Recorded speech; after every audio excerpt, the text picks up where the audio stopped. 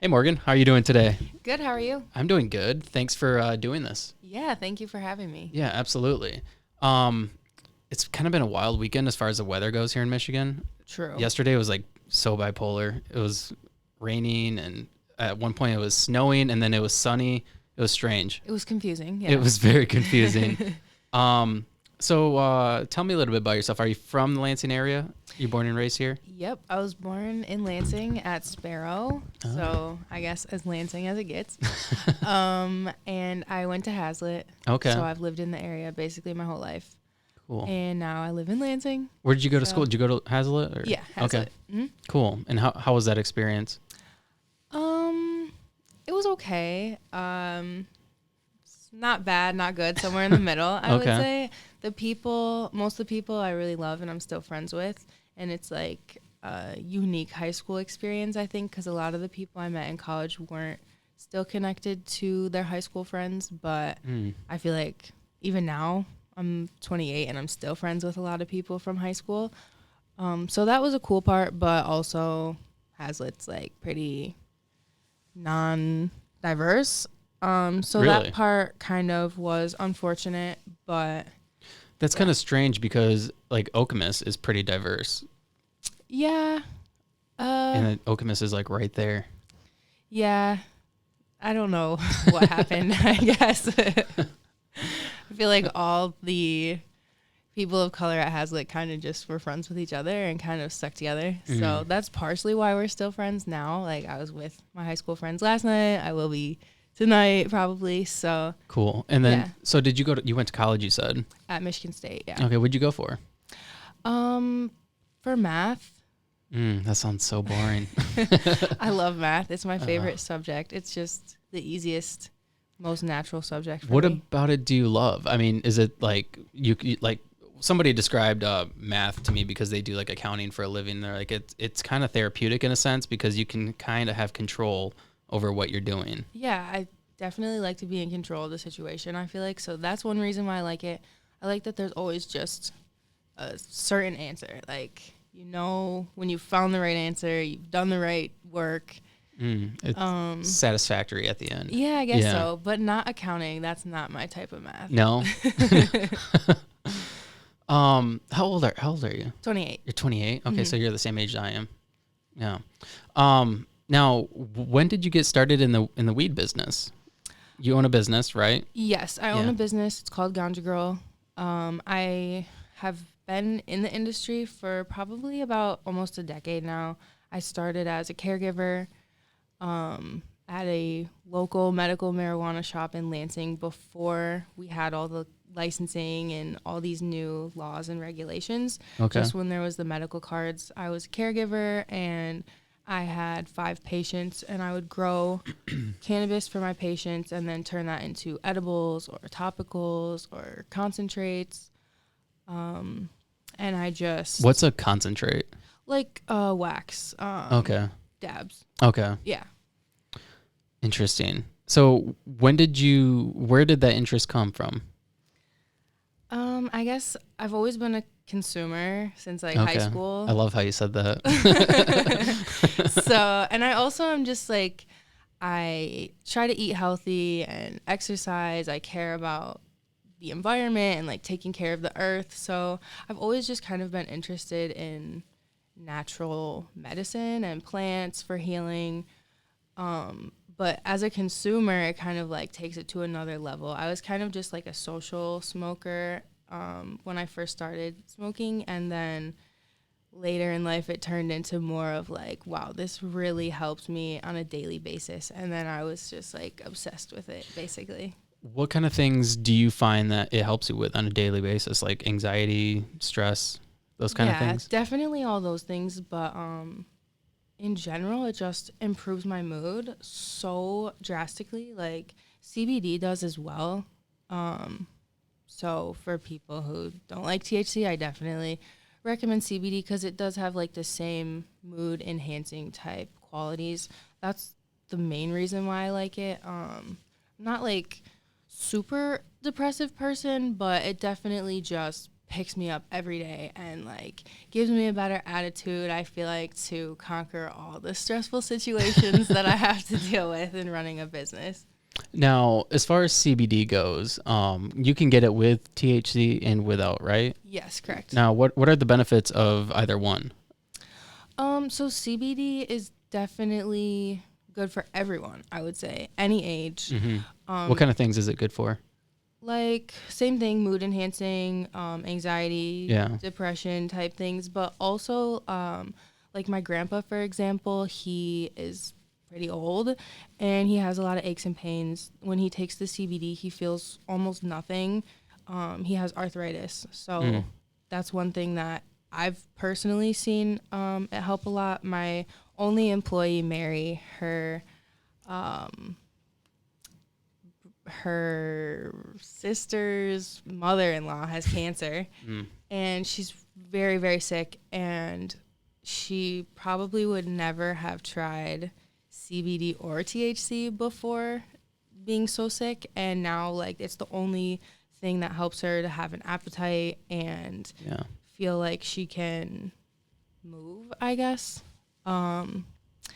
So I guess just overall wellness, like regulating the body, I would say, with CBD. Okay. And then with THC, I would say same type of thing, but it definitely takes it to another level. And it's all about like experimentation, I think, because everyone's body is so different. It works differently on everyone. Some people are fine with a couple drops of CBD here and there, and they feel like the same benefits that I feel from smoking every day. I think like it's kind of a tolerance thing and just like a personal science thing, I guess. Yeah, it's different to everybody's chemistry, right? Yeah, for sure. Now, what is the best way? This episode is brought to you by Red Bike Delivery. This delivery service operates only using battery-powered, eco-friendly transportation. Red Bike Delivery is there for all your delivery needs, whether it's dinner for the family, flowers for your partner, or new houseplants for your new collection. Red Bike Delivery will gladly deliver those and everything in between. So what are you waiting for? Check out Red Bike Delivery on Facebook or Instagram for more information. Red Bike Delivery, because there's only one Earth. To take it would be like gummies or like an oil, or what would be the best way to consume it? To start out with, I would say an oil or gummy, something that you can definitely know you're only getting a small amount. Because I think one of the main things I hear that turns people off towards trying CBD or THC is that they consume too much and they get a terrible experience, and then they're like traumatized. They don't want to try it again. Yeah. And like, yeah, that's happened to everyone. That's definitely happened to me too. But I feel like trying to make that just not happen and start with 2 milligrams even. And then like, once you're comfortable with that, you can work up to 5 milligrams. And then if you're comfortable with CBD, then you could incorporate a little THC. And I think like the entourage effect of combining the two is amazing, because like what one doesn't have, maybe you feel a little bit more in the other.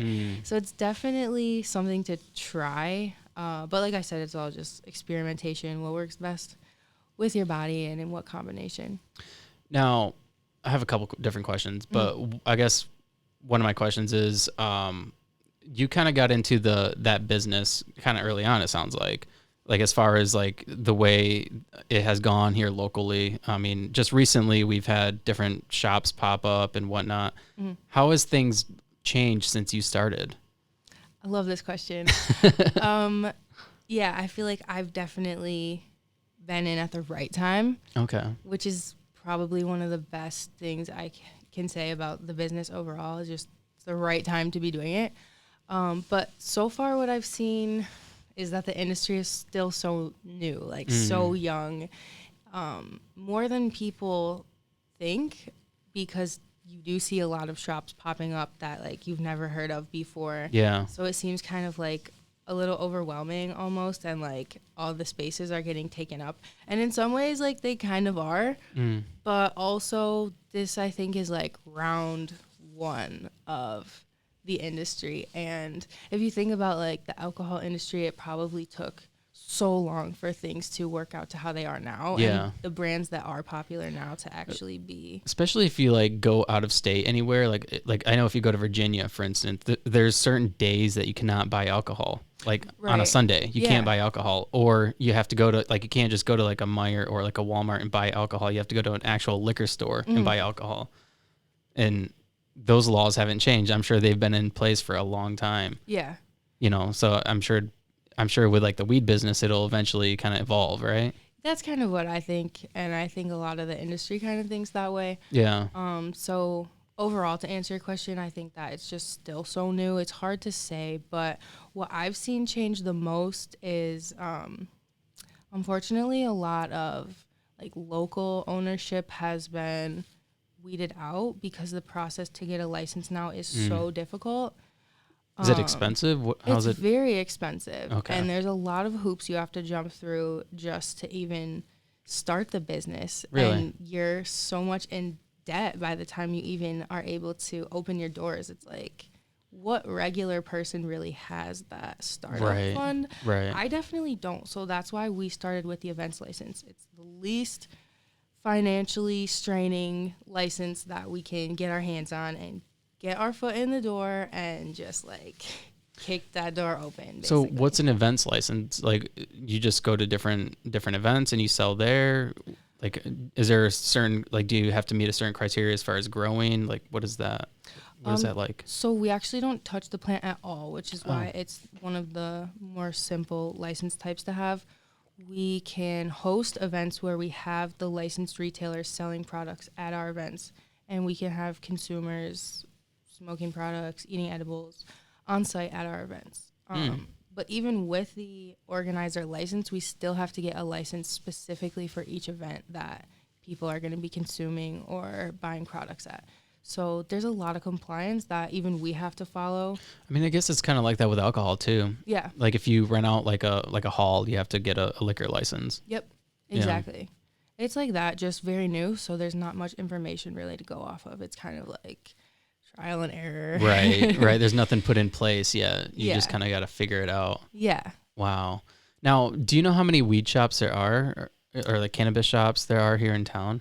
Oh, gosh. In town, I'm not sure about the exact number, but I know that in the state of Michigan, there's a lot more licenses than people probably think that there are. Really? There are hundreds, and a lot of licenses are like transporter, people who transport the products from one license type to another, or people like myself who do the events, which, like I said, is still kind of new, and because of COVID, it's kind of been like set back a little bit. Yeah. But hopefully this year we're going to start to see a lot more cannabis events. Now, following you on social media, it seems like you're always doing something. We try to be. What kind of things do you have going on personally with your business? So on 420 we have an event coming up. You have to have something on 420, right? Yeah, of course. Yeah. It's a Wednesday, so we're doing the event virtually because I figure people are going to want to be home or be with their friends and get really high. So basically you can turn our event on in the background or with your friends if they're not around. What's that event going to be? It's called Puff Puff Paradise. We're going to have live music and some local comedians. Oh. We try to feature a lot of local collaborators. Okay. Yeah, talent and collaborators, but also a lot of female collaborators. So most of our performers are going to be females, local-ish to Michigan. Okay. And we also have like some flow artists and all types of different stuff. We've been working on putting this together for months. So I think it's going to be a great experience, more than just like watching a regular show or event on TV. I think it's like kind of interactive. Yeah, it's kind of like it's a live performance, essentially, that you're watching. Yeah, we have like contests so people can win prizes, and I don't know, we just tried to get creative with it, I guess. That's cool. To kind of be able to get everyone's vibe. Some people aren't into going to the in-person events, I feel like, so some people want to watch from their home. Yeah, especially when you're getting high, right? Yeah, exactly. You might be kind of paranoid Yeah. to leave the house. Yeah. Um, Now, what is your business is called Ganja or Ganja? How do you say it? Ganja Girl. Ganja Girl. Mhm. Okay. What is your plans for Ganja Girl as far as Well, growing it and like plans for the future? um, well, we definitely want to do more in Lansing. We have Mm. no plans to leave anytime soon. In addition to the events, though, so we have more events coming up. Besides 420. 420 is just our first one. Our first in-person event is going to be in July. In between that, we have a free event at the Avenue on Michigan Ave. Mm. We're going to be doing a once-a-month takeover there where we have also live music and performers. So just kind of like our main events, but a little bit miniature size. Right. What was your question? What are you high? No, I'm kidding. Absolutely. No, my question was, what's your plans for Ganja Girl? Yeah. Well, we have a lot of plans, I would say. But in addition to the events, we want to get our products on the shelf so that people can buy our products while they're at our events and from the dispensaries that are in Lansing. Mm. So that is kind of what we're working on right now. So are you working on like collaborating with some of these places in Lansing? Like essentially like they will sell your products. Yeah, exactly. Okay. And what kind of products do you offer? It's a surprise, but in the past, as a caregiver, I offered everything. So it's kind of hard to decide like what I want my first product in the dispensary to be. I'm still kind of thinking on it, I guess. Okay. But something pink, of course. Oh my gosh. So I got to tell you about my experience I had last year. My wife and I went to a concert, and I won't tell you about her experience because I don't know if she wants me to tell it, but my experience. So we took these gummies, and they were homemade from somebody. No. Oh my gosh. So I gave one to my brother on the 4th of July, and actually he had 2 of them. I thought he said he had 2 of them. And I'm like, well, he's smaller than me. If he can handle 2, and he seemed fine. Like he was like, it didn't even faze me. And so at the concert, I'm like, he had 2. If he can have 2, I can have 3. And so I took 3, and like an hour and a half later, I was off to the moon. Yeah. It was, oh my gosh, one of the worst experiences I think I've ever had. I was high for 3 days. Oh my gosh. Yeah, it was so bad. Like the next morning, I woke up and I'm like, yeah, you got to drive. I can't drive. Yeah. I was so paranoid. Well, yeah, I've unfortunately heard these stories before. This happened to me too. Same thing at a concert. Yeah, it was so bad we had to leave the concert. It wasn't good. Yeah. No. Do you get those experiences quite often? No, not often. You probably are pretty well versed around like what you can handle now. Yeah. Definitely. But on my Twitch show that I have once a week, this past week I had an edible baker and she kind of slumped me. So yeah. But yeah, definitely that doesn't happen to me too often, but I do get a lot of people telling me that, and then I tell them what I was telling you earlier with like start with literally 2 milligrams. As babyish as that might seem, like that is what you should do. Yeah, just eat the corner. Don't. Yeah, exactly. And don't get any homemade ones because those are the ones that always knock you out. I feel like. Yeah, because they're not really like measured out or anything, right? Yeah, exactly. Now, what is the process for like making gummies? Can you measure the THC that you're putting in each gummy? Is that possible? Yeah, it is possible, but you have to kind of know like your starting amount, I guess. And then with the products that you get from the dispensary, they have to test them after they're made as well. Okay. So usually they're starting with a tested product, and then counting what they're putting into each piece, and then they retest it again just to make sure that you know what you're getting. Oh. So that's why with people who don't eat edibles a lot, I'm like, go with the dispensary ones. Yeah. There was another time we took an edible. It was like a muffin, and it like seemed to enhance my awareness rather, for like my surroundings. Like my buddy, he was not on edibles. He almost walked into traffic, and I'm like, dude, there's a car coming. Like, I was super aware of what was going on, and he was Yeah. not at all. It was interesting. Yeah, maybe like with the different terpenes and stuff, which I know is kind of deep, but Yeah, what's a terpene? so basically it's the different flavors and effects that you get from the cannabis. Oh. So depending on if they have like different terpenes, you'll have different effects. So you might have gotten something with a little bit more uplifting, focused feeling Okay. than the other edible that was maybe more like sleep time.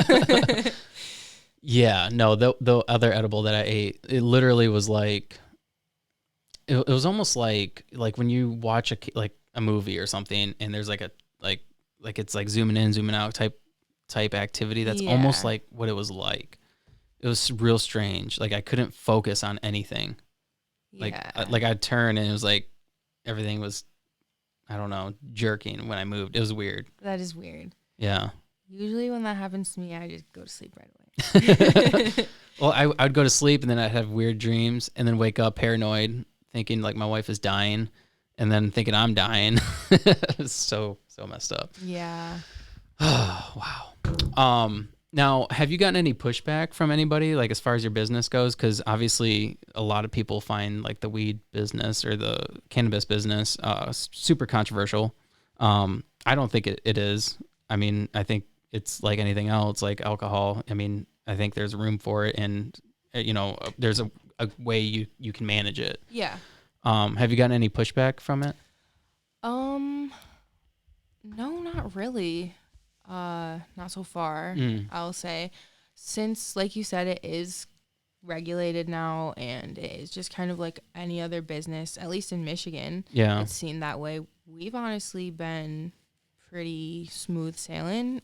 With anybody that I inquire with about events, they're like, "Oh, cool, a cannabis festival, like the 420 Fest," and I'm like, something like that. So yeah, it's been pretty good so far. Now, is your targeted audience or clientele mostly women? I mean, because obviously you said your event is going to be kind of geared towards having women artists and whatnot. Is it targeting like women or females, or do you try to get everybody?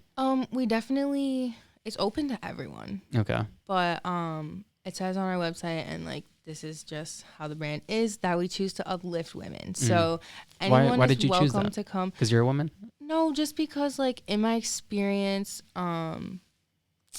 which is 28 years of experience, I feel like I haven't seen enough I don't know, like uplifting and highlighting and safe spaces for women to just be where there's not, even like at shows and concerts, like men can be so aggressive, I guess, and I just don't want any of that. So it's like, Unless it's like a Katy Perry or something. Yeah. Concert, right? yeah, Taylor right. Swift or something. Yeah.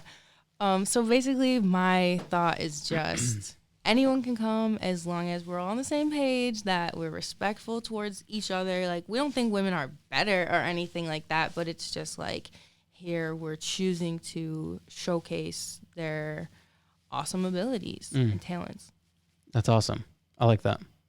Thank you. Yeah, you're welcome. Now you have a website and everything, right? Mm-hmm. Yeah. Can people order your products?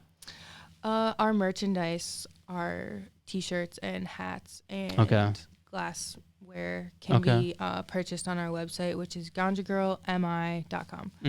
And we also have our events listed on there as well. Cool. Cool. Yeah, I don't know where else to go with all that. Tell me a little bit more about yourself. We haven't really been going all that long, so I feel like we've talked a lot about the weed business. Tell me a little bit about yourself. Oh gosh.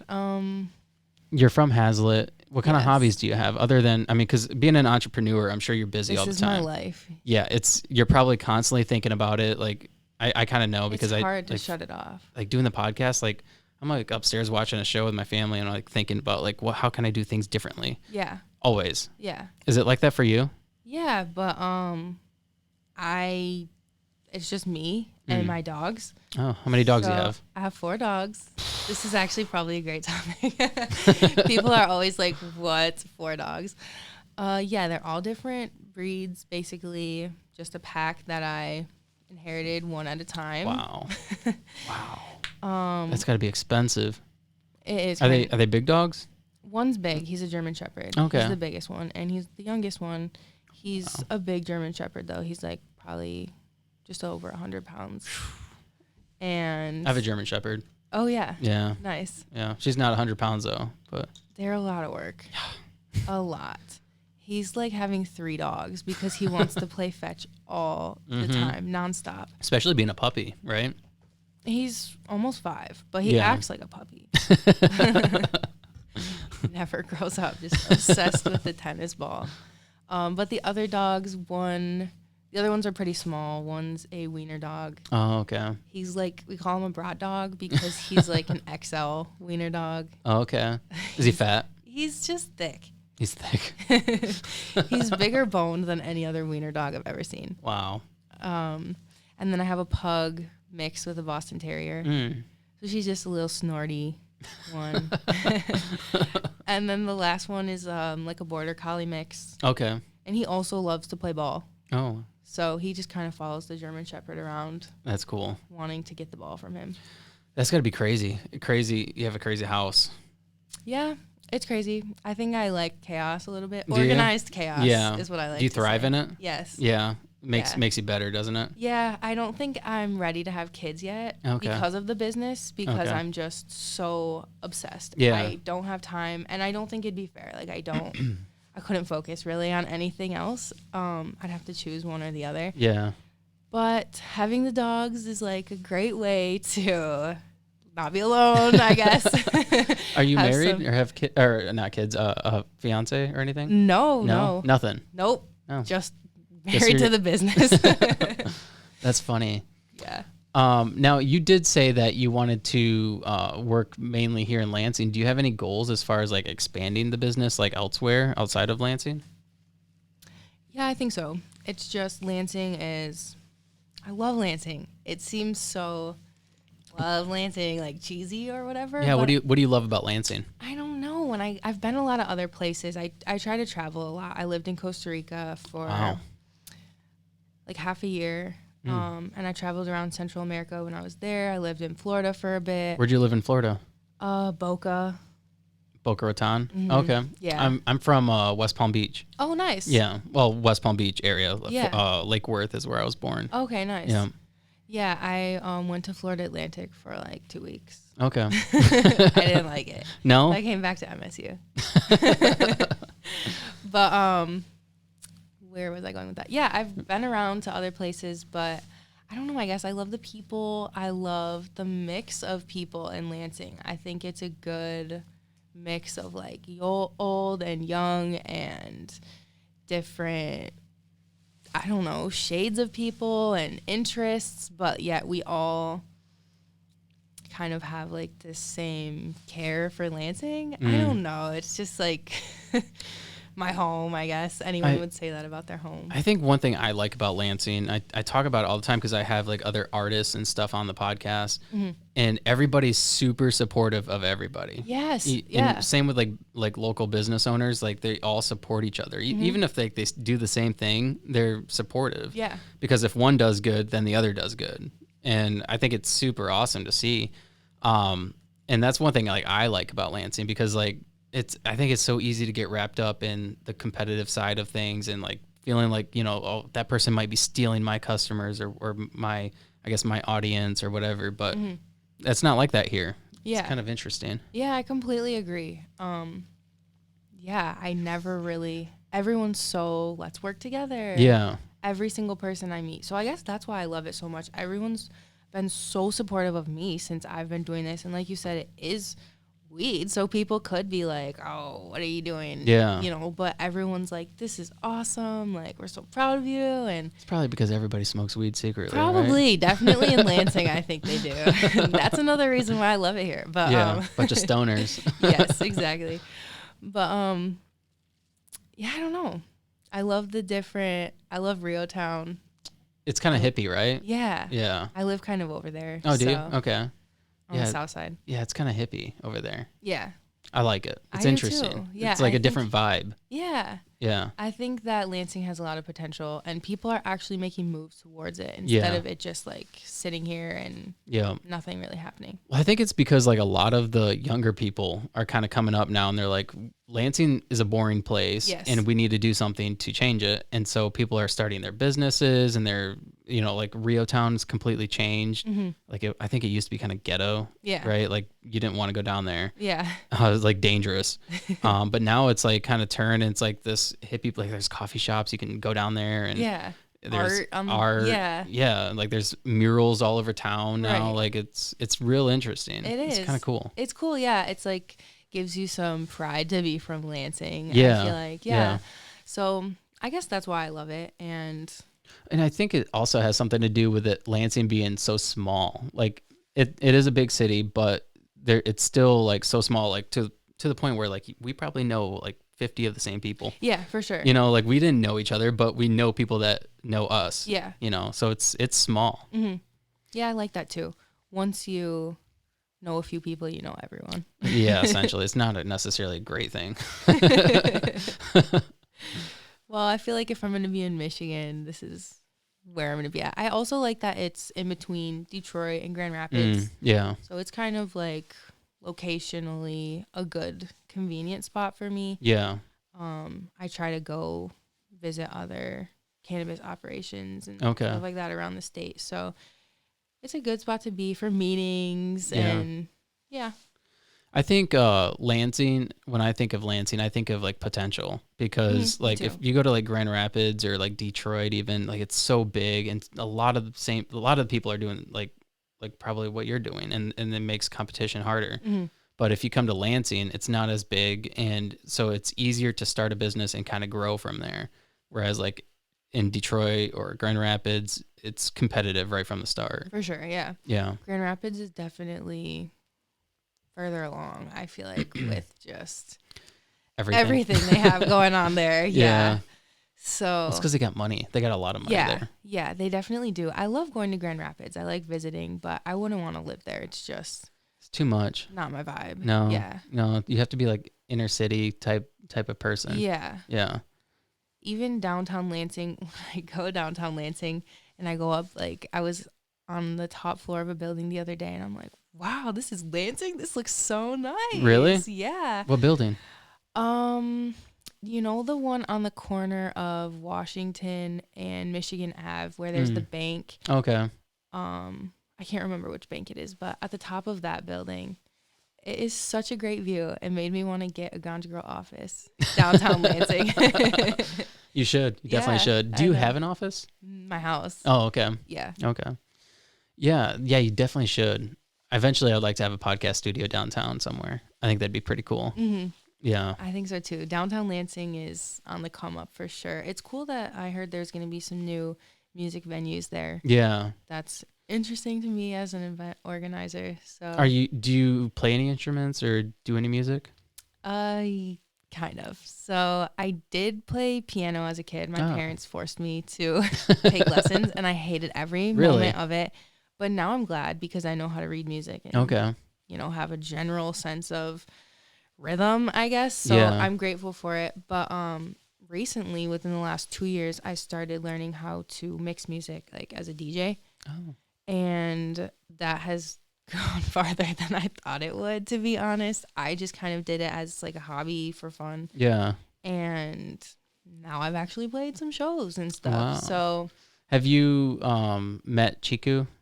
Do you know who Chiku is? No. He was on the podcast before, but he's a DJ. Oh yeah. And he does like a lot of like I think like techno type like EDM like mixes of other people's music. Mm-hmm. I don't know. I'll have to look him up. Yeah, you look him up. Yeah. He's in Lansing also. Yeah. Yep. Nice. Yep. He goes to MSU. Okay. Yeah. Sweet. Yeah. I didn't realize that DJing was like kind of its own thing. Like you think of like a DJ, like you think of somebody just playing music. Right, at a wedding or something. Yeah. Yeah. But DJ can be like being a DJ can be way more than that. It's completely different. Yeah. When we go to like the bar or the club, even we see people who have their computers and they're just kind of like playing their Spotify playlist, which is fine because that's what they're hired to do, like a wedding DJ. But when we DJ, it's like so intense. It's a party. Yeah. So it's funny, but it is definitely its own thing. Yeah. And it kind of mixes in with producing music also, which is so difficult and is going to take so long for me to even be decent enough to release something that I think sounds worth hearing. But yeah, that's like the next step for me in that hobby, I guess, would be producing music. Now, do you have your own equipment for DJing? A little bit, yeah. Like a soundboard or? Yeah, nothing super fancy. Okay. But it's pretty nice, I guess. We also bought some really nice speakers and subwoofers for the business. We had like a $10 music show every Friday last summer, and then we used all the money to buy some huge subwoofers. So Cool. now we have a little equipment, but nothing super crazy. Okay. Yeah. Now, when you mentioned music venues downtown, what music venues are coming? I mean, I know that there's going to be like a place where they can, I think, host concerts and stuff downtown. Yeah. That's what I heard. I'm not Okay. too sure. I think there can be up to 2,000 people. I've heard more details from people through the grapevine, like, hey, you need to have something here. I heard they can have 2,000 people.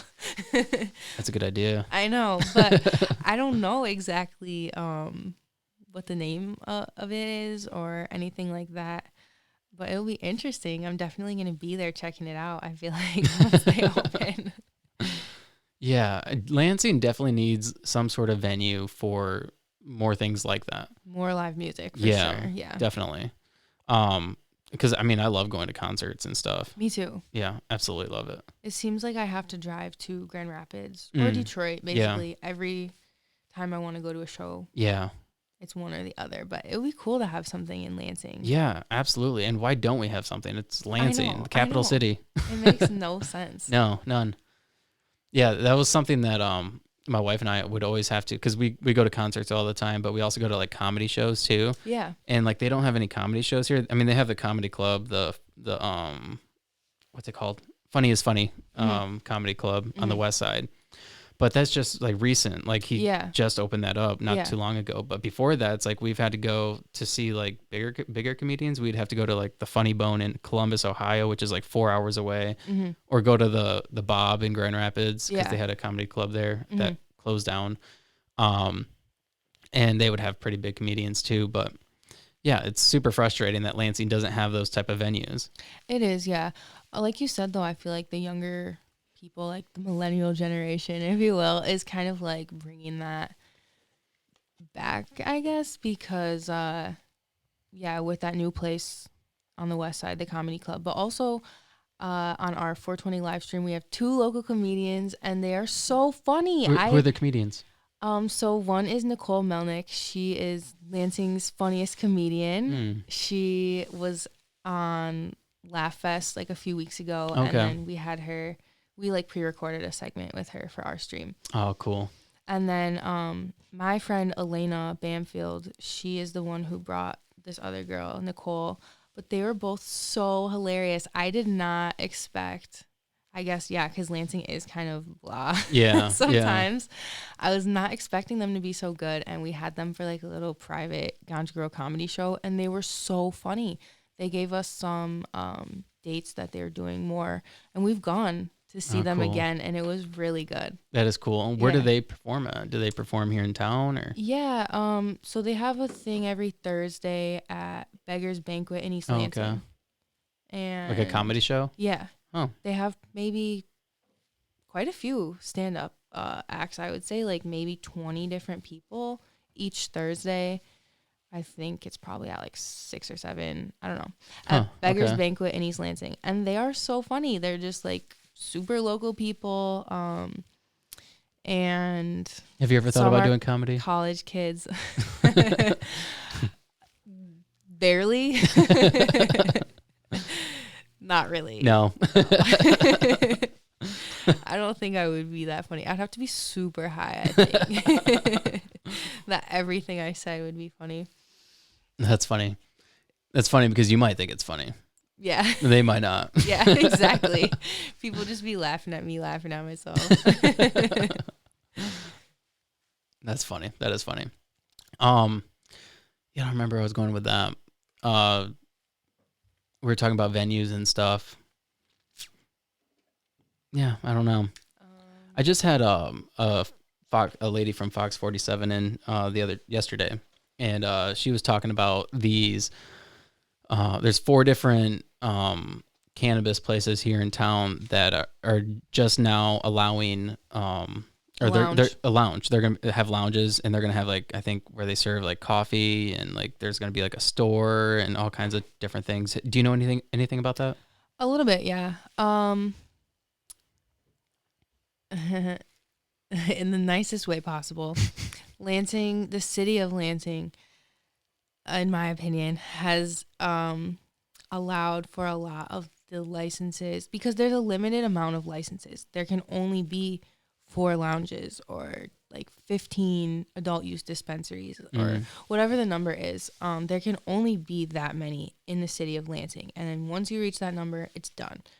So as a local license holder, and I've seen the process from start till now, it seems unfortunate that a lot of the licenses that are all given away are all to like corporate names that hold a lot of licenses in other cities and probably other states as well. So that's I guess I have a different viewpoint than other people. A lot of some of those consumption lounges were to like some of those larger corporate names. So Okay. I will check them out. Yeah. Because I think, it's awesome that there's going to be coffee and weed. It is really awesome, but I just would like to have seen like more local or just smaller names, community names, I guess, holding licenses. So, not to be a Debbie Downer, but that's my take on it. I think unfortunately it's kind of like that with a lot of businesses. It's not just, the weed industry or whatever. I mean, it's the same way with the auto industry and all the like Amazon, these people are getting tax breaks to come here and start businesses. Right.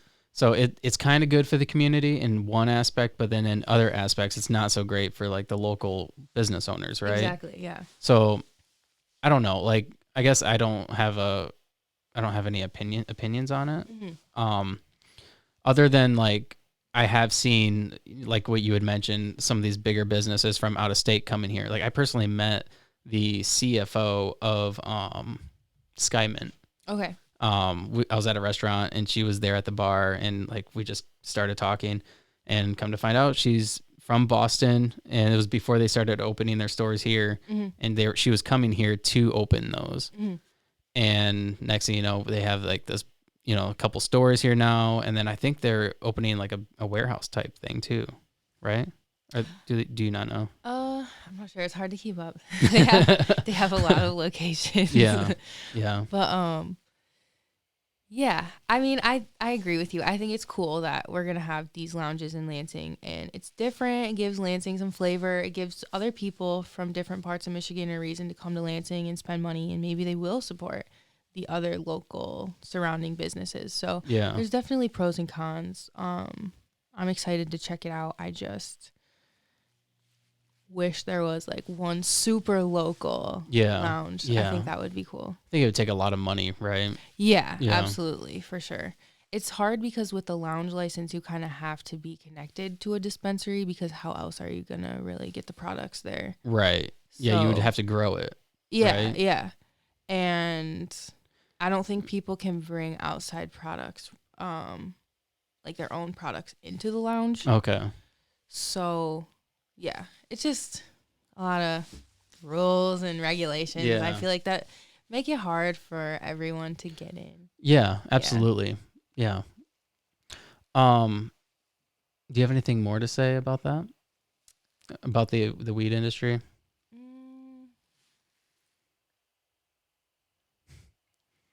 Not much. No, not much.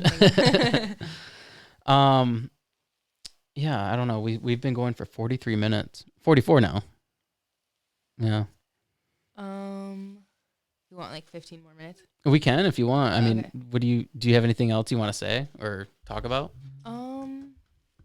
I mean, I feel like I'm like not on my like full, like I'm not offering my full potential for the podcast. I don't know why. I kind of feel I off. have And, days like that and I don't know sometimes. if it's because I'm tired. I'm sorry. I No, it's okay. apologize.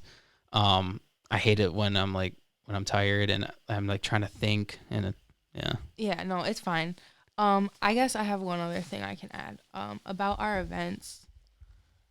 So basically, when I got the events license, it was December of last year, and I didn't really know what to expect, I guess. Like I knew, but I didn't really know all what I was getting myself into, because as soon as we got the events license, it's like you have to, any cannabis event you want to have, you have to submit all your finalized plans and everything 90 days before the event. So like 3 months before we want to do anything, we have to be ready to go for it. Wow. So that has been a learning curve, I would say. So you have to have But everything planned out like in really advance. planned out. Wow. Yeah. And submit to the city and the state for their approval. Wow. And like the police department has to, review it, and all our security plan, for example. And so it's a lot of work. And we kind of just threw ourselves into that this year. So we have the events license. It's good for 1 year. So I'm like, I'm going to make the most of this 1 year, because Who knows what could happen after? Yeah, exactly. Yeah. The laws could change. Who knows? So basically the last 90 days, the first 90 days of the year, we've been just at it, like nonstop planning for these events. When we were trying to think of themes and like how are we going to get people interested, how are we going to stand out from the other events companies, basically we had the idea to connect all of the events in some way. So we came up with the theme of all the different elements, air, water, fire, and earth. So our first event, Puff Puff Paradise, the 421, is air themed. So everything is like cloudy and windy and airy, I guess. We tried to incorporate like the actual characteristics of air signs, like in astrology. And then our first in-person event, Submerged, is going to be water themed. So since that one's going to be in the summer, I feel like It's going to be like a bong, like a water bong. we definitely are going to have a lot of those. Just a huge bong. That would be awesome. We were thinking more like underwater sea creature type vibe and mermaids. Okay. So that's kind of our vibe for that one. And then Halloween is going to be the fire themed event. It's going to be called Masquerade Inferno. And we're trying to make that one kind of spooky, but also the masquerade idea is fun. Yeah. I think I've never really been to a masquerade, and I've always wanted to go. Yeah. So that's why. That would be fun, I think. Yeah, I think so too. Yeah. And it's Halloween weekend, so it's just more spooky, I guess. Yeah. And then our final event of the year is going to be called Half Baked, and that one is earth themed. So it's kind of like returning back to the earth, peaceful again. And that one, where the other ones are kind of like a lot of smoking, bongs and stuff. The last one is going to be all focused on edibles and like oh boy, food. So microdose edibles. Now, when you were planning that, how did you come up with that? Because that seems pretty thought out. Did you had to take a lot of time to think about that, I'm sure. We have an event planning committee, so there's like 7 of us that I feel were invested enough in the brand and like saw my vision enough to help me come up with ideas. Yeah. And so we meet once a month virtually, and we just talk about our ideas for each event. And we talked about the themes a lot. Now, are all these events online, or are they going to be at locations?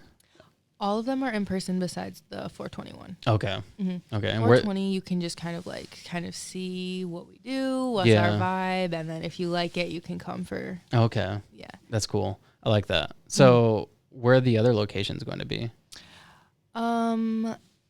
Most will be in Lansing. Do you have like a certain venue, or are you still working on that? The first one I think we have figured out, but I don't know if I can say publicly yet. Okay. But soon. And then the other, we want to have the Halloween one potentially on the east side of the state because we have a lot of people who come to our events from Detroit or like the Detroit suburb area. So it'd be nice to go to them for once instead of them always having to come to Lansing, because Lansing's cool, but kind of limited. Why not travel? Yeah, we want to work with other people too, so it'd be cool to work with like all the local Detroit businesses and switch it up. Right. Because we're definitely committed to working with local brands, businesses, the smaller guys, if you will, or just like the more equitable brands, I guess. Cool. That's cool. And then you're gonna have live performances and all that. At all of them. Yes. The last event, the half-baked one, the one with the edibles, is going to be like a formal dining experience. So we're going to have a catering company do a full plant-based meal. And Plant-based? Yes, because it's earth-themed. Are you vegetarian or vegan? Yeah, I am. You are? Which one? Vegan. Vegan? Yeah. Why do you choose to be vegan? Do you do it for like animal cruelty purposes or just for health purposes? Animal cruelty, I would say. I don't think that at this point I could get past it in my mind. Like, I'm eating steak. I don't think I could like process that. Unless I had to. Yeah.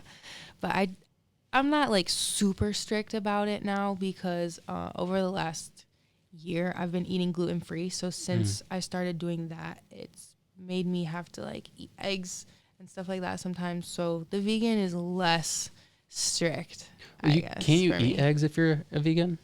I mean, technically I don't know what they qualify as. It's not dairy. No, it's not. So I guess it's just it's personal. And it's not an animal decision. Right. I mean, it's from an animal, but. Yeah, because it's an animal I don't know. I'm not really sure, but the eggs are super healthy for you. I know there's good protein. And so yeah, I'm not like a super strict vegan, but I do try to eat healthy, I guess, and more plant-based for sure. But so you're gonna have a plant-based dinner at the not 420 November. That one will be in November. Yes. Okay. And we are going to. Is it like a suit and tie event? Not necessarily. I mean, you can if you want to. Yeah. But you could also just be wearing your regular stoner clothes, I feel like, and that would be fine. But there was something else I was gonna say about that one. About the half baked? Yeah. No, it's in November. It's going to have a plant-based dinner or meal. We're also on the live music thing going to have a live jazz band for that. So we're having, I don't know, 5 or 6 different musicians come. And are they all local from Lansing? Mm-hmm. Oh, cool. I think one's actually still a student at MSU. Oh, okay. So in the music program. So I'm looking forward to that because I think live instruments are just so cool. And then while you're eating, it's even better. And edibles. Yeah. Now, do you think this is something that's viable as a business, like for long-term purposes? Like, obviously, you can't really plan the future because you don't know if you'll get the licenses and whatnot, or if they could change things. For sure. But is there like a demand for this, like as far as like the way you do things? I think so, because the way we try to do it is we try to do larger events, like festival type events.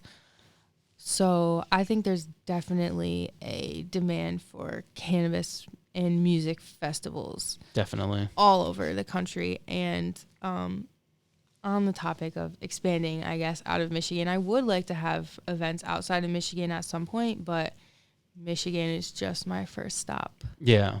Yeah. Well, I'm hoping that you're able to grow it to where you can have it out, at other festivals outside of the state and whatnot. Because I'm sure there is a huge demand for it. I think so too. Yeah. With the smaller events, I mean, it's cool to have that like more intimate experience, but the amount of work that you have to put in to get the license is not, in my opinion, not worth it. And all the work, all the money, all the planning for like 50 people. I'm sorry, but no. Like I'm talking like times that by at least 10. And have you tried targeting like the college students in town, like that market, or is that not really something that is real viable? Not really. I haven't yet tried targeting them, I guess, because I'm just so trying to remain on the right side of compliance. Like everyone must be 21. So I feel like going towards the college students is kind of have to be hit or miss. You have to be 21 to buy weed, right? Yeah, you have to be 21. And since we're technically an adult use license, with medical you could be 18 if you had your card. But okay. We can't work with anyone under 21 at all. Oh, okay. So I just kind of look away from the college students. I'm like, nope, if you look like you might be 21, I don't even want to talk to you. That's funny. Well, I'm super excited to hear about where your events go, and I hope everything turns out really well. Thank you. I'm sure that you're nervous. You haven't had your first event yet, right? Correct. So it's just been like planning and stressing and trying to get everything organized. I'm sure it's extremely stressful because putting anything together is stressful. It is. And especially like with an event, there's always things you can't control, like the weather or just, acts of God, basically. You never know what's going to happen. Yeah, no, exactly. So it's definitely stressful. Yeah. Yeah. Well, I hope everything turns out. Thank you. Yeah, absolutely. And thanks for doing this. I really appreciate it. Thanks for having me. Yeah. It's been kind of interesting talking. And again, I am sorry that I'm not up to par on my podcast abilities today. I don't know what it is. No, I think it was fine. I think the conversation was easy. It was easy to talk to. Yeah. So. Yeah, I try to make it easy. I don't want it to be like, I don't want to be a difficult person. Yeah. Too serious. No. Maybe I should have been high. It's okay. I'm high for both of us. That's funny. Is there anything else you want to plug or say before we wrap this up? I'll just mention our website again, which is ganjagirlmi.com. Our Instagram is ganjagirlofficial, and you can find everything about our events, merch, future products on our website or social media. Awesome. And all of that will be in the show notes. Sweet. Awesome. All right. Thank you.